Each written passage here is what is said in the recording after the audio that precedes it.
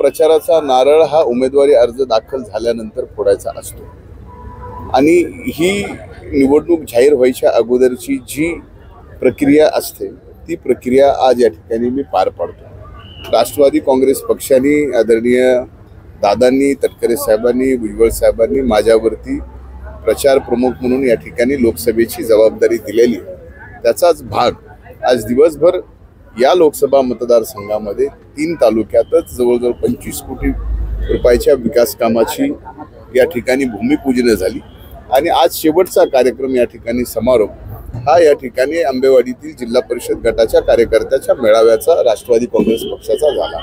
त्या ठिकाणी स्वाभाविक आहे की लोकसभेमध्ये या ठिकाणी मागचे 5 वर्ष या लोकसभा मतदारसंघाचं प्रतिनिधित्व आदरणीय तटकरे साहेब या ठिकाणी या देशामध्ये करतात।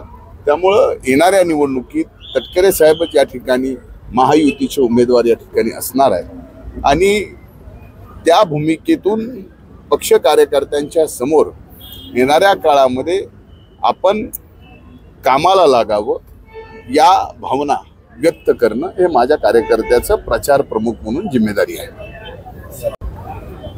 2 दिवसापूर्वीच केंद्रीय गृहमंत्री भाजपचे नेते आदरणीय अमित शाह यांच्याबरोबर होती, आदरणीय मुख्यमंत्री, दोन्ही मुख्यमंत्री, मी प्रफुल्लभाई अशी आमची बैठक झाली। काल तसं देवेंद्रजींनी सांगितल्याप्रमाणे जवळपास 80% काम त्या ठिकाणी पूर्ण झालेलं आहे।